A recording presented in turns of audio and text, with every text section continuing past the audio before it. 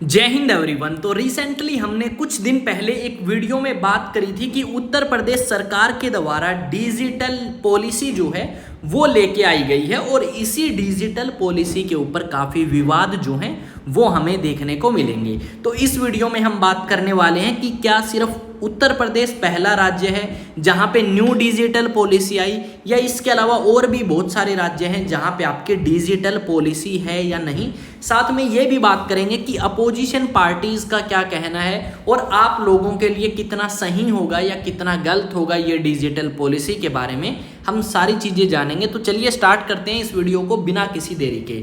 तो रिसेंटली हमने न्यूज़ सुनी है कि उत्तर प्रदेश सरकार के द्वारा एक कानून पास किया गया है और वो न्यू डिजिटल पॉलिसी को लेके है।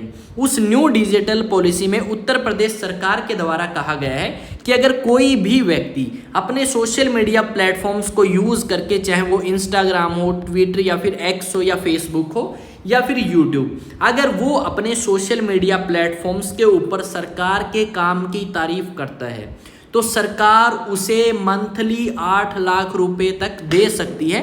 ये बात इस न्यू आपकी पॉलिसी के अंदर या न्यू सोशल मीडिया पॉलिसी के अंदर कही गई है बात। अब यहाँ पे क्वेश्चन ये उठता है कि किसको मिलेंगे ये 8 लाख रुपए और किसको सरकार अपनी ये जो आपकी क्या बोल सकते हैं एडवर्टाइजमेंट है वो किसको देगी। तो अगर हम बात करें तो उत्तर प्रदेश सरकार ने अलग अलग कैटेगरीज में डिवाइड किया है आपके इन्फ्लुएंसर्स को उनके सब्सक्राइबर्स या फॉलोवर्स के हिसाब से। अगर आप सोशल मीडिया प्लेटफॉर्म्स यूट्यूब को छोड़ के ट्विटर या फिर एक्स पे, फेसबुक पे या इंस्टा पे आप सरकार की प्रशंसा करते हो, उसके काम की प्रशंसा करते हो तो आपको 5 लाख रुपए तक मिल सकते हैं, और अगर आप यूट्यूब पे करते हो तो आपको 8 लाख रुपए तक के महीना मिल सकते हैं। ये सारी चीज़ें आपके लिए अच्छी भी लगेंगी आपको, पर क्वेश्चन ये आता है कि सरकार किसे ये पैसे देगी और किसे पैसे नहीं देगी, और अगर सरकार कुछ गलत करती है तो क्या आप उनको क्रिटिसाइज कर सकते हो या नहीं। तो साथ में ये कहा है सरकार ने कि अगर कोई भी चीज़ जो राष्ट्र विरोधी है या जिससे समाज के अंदर कुछ भड़क सकती है आग, अगर आप उस चीज़ को बोलते हैं तो आपको जेल भी हो सकती है। इस तरीके की बात जो है वो इस पॉलिसी के अंदर कही गई है कि अगर आप कोई अश्लील या राष्ट्र विरोधी या फिर अभद्र कंटेंट को अपलोड करते हैं तो आपको जेल हो सकती है, और अगर आप सरकार के साथ काम करते हैं तो आपको जेल की बजाय 8 लाख रुपए महीना जो है वो भी मिल सकती है। यहाँ पे अगर हम बात करें तो बहुत सारे लोग हैं जो इस चीज़ की या इस पॉलिसी के खिलाफ भी हैं। अगर हम अपोजिशन की बात करें तो अपोजिशन बिल्कुल इसके खिलाफ है और उन्होंने कहा है कि सरकार जो है या योगी आदित्यनाथ की जो सरकार है वो लोगों को कंट्रोल करना चाहती है, अपने बुरे कामों के ऊपर पर्दा डालना चाहती है। इस तरीके की आलोचना करी गई है। अगर हम बात करें प्रियंका गांधी जो कि कांग्रेस पार्टी से आपकी नेता हैं, उन्होंने कहा है कि अगर कोई व्यक्ति उत्तर प्रदेश सरकार की पॉलिसीज को या उनके काम को लेके क्रिटिसाइज करता है तो किस भाषा में आप उसे अभद्र या किस तरीके से आप उसे कह सकते हो कि ये अश्लील कंटेंट है या राष्ट्र विरोधी है। तो यहाँ पे उनका कहना है कि जो टीचर्स की लगभग 70,000 वैकेंसीज आई थी और उसके अंदर घोटाला हुआ, अगर वो लोग आवाज़ उठाते हैं सोशल मीडिया प्लेटफॉर्म पे तो यानी वो तो राष्ट्र विरोधी होंगे और आप उन्हें जेल में डाल देंगे, या फिर कुछ ऐसी चीज़ें जो सरकार ने गलत करी हैं और लोग उनको कहते हैं तो सरकार उनके साथ क्या करेगी। यहीं पे अगर हम बात करें तो और भी बहुत सारे लोग हैं, जैसे अगर आप बात करोगे नेशनल प्रवक्ता हैं कांग्रेस पार्टी के अखिलेश प्रताप सिंह, उन्होंने कहा कि सरकार का ये जो रवैया है ये कहीं ना कहीं आपका लोगों को अपनी तरफ अट्रैक्ट करने का है और लोगों को अपनी तरफ मिलाने का है, ताकि कोई भी व्यक्ति सरकार की बुराई ना करे, और अगर सरकार की बुराई करता है तो उसे जेल कर सकती है सरकार। इस तरीके की बातें जो हैं वो उन्होंने कही हैं। यहाँ पे अखिलेश यादव की अगर आप बात करोगे जो कि उत्तर प्रदेश के काफ़ी बड़े चेहरे के रूप में जाने जाते हैं, उन्होंने भी यही कहा है कि जो आपकी कांग्रेस ये बीजेपी पार्टी है वो आपकी अपने कामों के ऊपर पर्दा डालना चाहती है ताकि लोग उनसे क्वेश्चन ना उठाएं।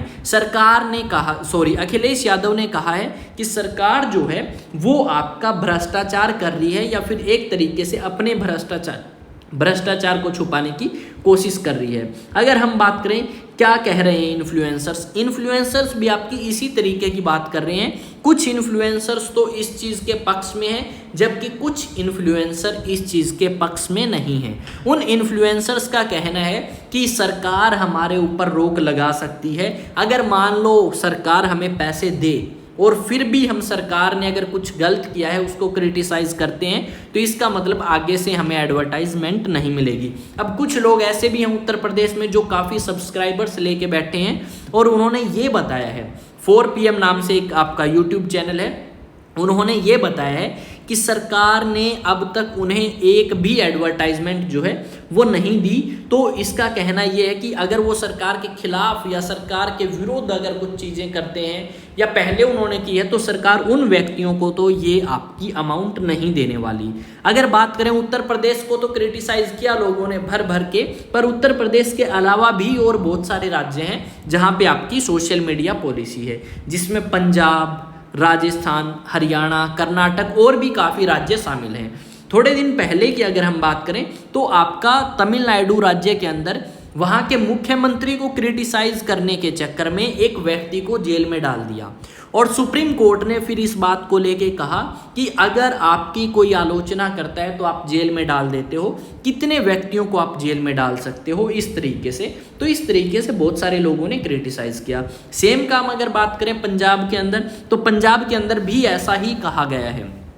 कर्नाटक की बात करें तो कर्नाटक में भी इस तरीके की पॉलिसी आपको मिलेगी, पर कर्नाटक में जेल भेजने का प्रोविज़न आपका नहीं है, जबकि उत्तर प्रदेश के अंदर ये प्रोविज़न आपका ऐड किया गया है। और आपके हिसाब से क्या होना चाहिए ऐसा या नहीं होना चाहिए, तो ये आप बता सकते हैं कमेंट सेक्शन में। और ये जो उत्तर प्रदेश की न्यू सोशल मीडिया पॉलिसी है, इसको लेके आप किस तरीके से सोचते हैं, क्या देखते हैं इस पॉलिसी के बारे में, पॉजिटिव और नेगेटिव एस्पेक्ट्स जो हैं वो अगर आपको पता है तो आप कमेंट सेक्शन में बताएं और अपना जो ओपिनियन है वो ज़रूर शेयर करें अपने फ्रेंड्स के साथ में, या फिर आप कह सकते हो सोशल मीडिया पे भी आप बता सकते हैं। अगर आपको ये वीडियो अच्छी लगी तो आप इस वीडियो के माध्यम से और भी जानकारियाँ ले सकते हैं मुझे अलग अलग सोशल मीडिया प्लेटफॉर्म पे ज्वाइन करके। अगर बात करें इंस्टा की, विकास तंवर 04, वहाँ पे आपको रील्स देखने को मिलेंगी, इन्फॉर्मेटिव वीडियोस, या फिर आप एग्ज़ाम टॉक्स पे मुझे फॉलो कर सकते हैं। साथ में अगर बात करें, अगर आप शॉर्ट्स देखना चाहते हैं, एग्ज़ाम टॉक्स शॉर्ट्स सर्च करें और वहाँ पे भी आपको इन्फॉर्मेटिव वीडियोस जो हैं वो मिलेंगी। आपका अपना ही चैनल है ये भी और वो भी। साथ में अगर बात करें NDA, CDS या फिर FCAT 2025 के लिए, तो डेफिनेटली आप ज्वाइन कर सकते हैं अचीवेक्स एकेडमी के ऑफलाइन बैचेस को, और इस नंबर पे कांटेक्ट करके आप अधिक जानकारी ले सकते हैं। अगर हम बात करें NDA और CDS का एग्ज़ाम अभी हो चुका है और एग्ज़ाम का लेवल ठीक है, इतना ज़्यादा डिफ़िकल्ट हम नहीं कह सकते। और अगर आप भी प्रिपेयर करना चाहते हैं इन एग्ज़ाम्स के लिए तो डेफिनेटली आप ज्वाइन करें फाउंडेशन क्लास। यहाँ पे अगर आप क्लास 9th से लेके 12th क्लास के स्टूडेंट हैं या 9th में होने वाले हैं तो आप यहाँ पे 9 to 12th एडमिशन भी ले सकते हैं, जहाँ पे आपको स्कूलिंग के साथ साथ में ही आपके इंटरेस्ट के हिसाब से तैयारी कराई जाएगी। अगर मान लो कोई स्टूडेंट सोचता है क्लास 9th में कि वो NDA क्रैक करना चाहता है, तो उसकी जो प्रिपरेशन है वो स्कूलिंग के साथ साथ में ही यहाँ पे स्टार्ट हो जाएगी। अगर मान लो कोई आपका नीट के बारे में सोचता है तो उसको जो क्लास 9th का कराया जाएगा वो उसी हिसाब से कराया जाएगा कि आगे जाके उसे 12th के बाद किसी भी तरीके की प्रॉब्लम ना हो, ड्रॉप ना करना पड़े, या फिर IIT या किसी भी कंपटीशन एग्ज़ाम के लिए वो अगर प्रिपेयर करना चाहते हैं तो अपनी क्लास 9th से ही स्टार्टिंग कर सकते हैं प्री फाउंडेशन बैचेस में। और जो 12th कर चुके हैं या ग्रेजुएशन कर चुके हैं वो अपने एग्ज़ाम्स जो यहाँ पे बताए गए हैं, CDS ग्रेजुएशन बेस है, FCAT भी और NDA 12th, तो इन बैचेस को भी आप ज्वाइन कर सकते हो। रजिस्टर कराने के लिए नंबर आपको बता दिया गया है। आई थिंक चीज़ें आपको समझ आई होंगी उत्तर प्रदेश की न्यू सोशल मीडिया पॉलिसी को लेके। तो मिलेंगे नेक्स्ट वीडियो में। जय हिंद, जय भारत। चैनल आपका अपना है, सब्सक्राइब जरूर करें।